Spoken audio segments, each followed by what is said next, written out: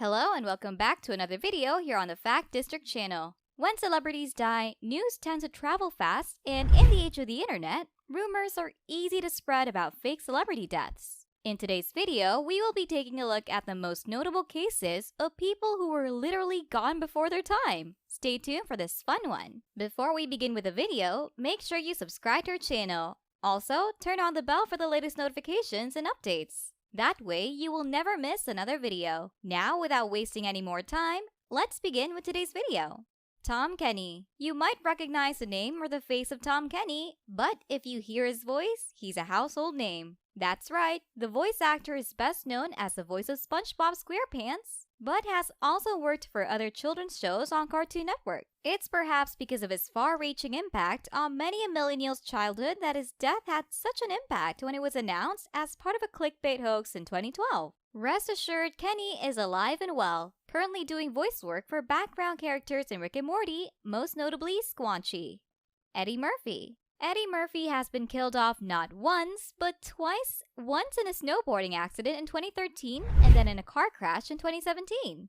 Although some estimates have claimed that Murphy has been falsely declared dead as many as 8 times, some believe that Murphy was conflated with his brother Charlie, who passed away from leukemia in April 2017. The 2013 rumors may have come from desperate fans hoping that Paul Walker's accident, which happened around the same time, was also a hoax. One thing's for sure, when Eddie Murphy does leave us, no one will believe a word of it.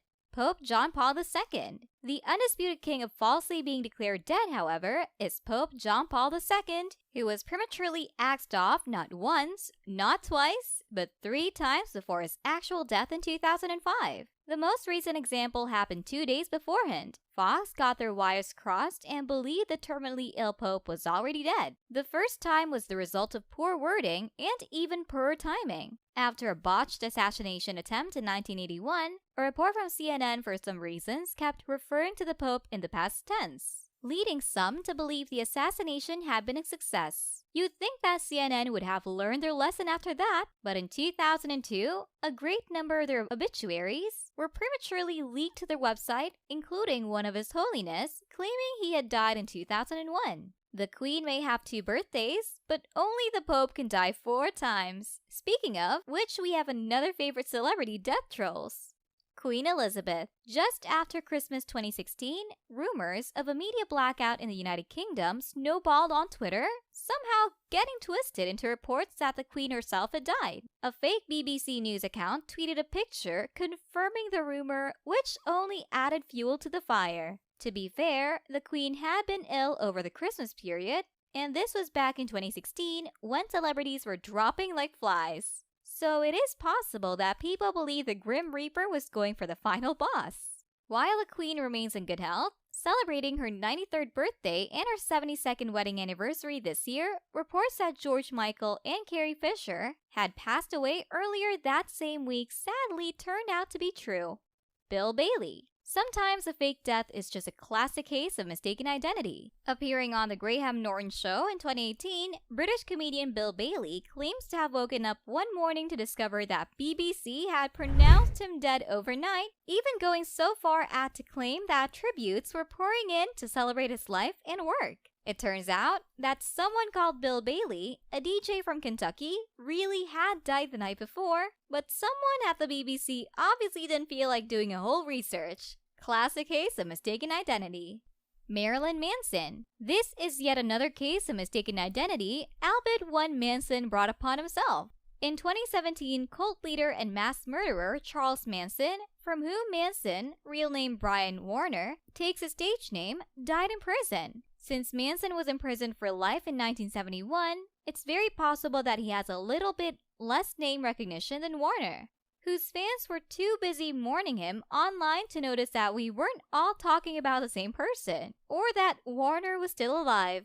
Mark Twain. Next, we go to a day and age when it was much harder to create fake rumors about celebrities dying, but don't expect people cared back then. This trend of faulty reporting of celebrity deaths long predate the internet. Mark Twain, who is one such example, was widely reported to be on his deathbed just under 13 years before he actually was. In reality, it was Twain's cousin that was seriously ill, which newspapers then spun into a scoop that claimed Twain was dying. Twain telegrammed a friend to let him know he was alright, signing off with one of his most famous and often misquoted quips: "The report of my illness grew out of his illness. The report of my death was an exaggeration. This story even has a happy ending. According to Twain, his cousin made a full recovery."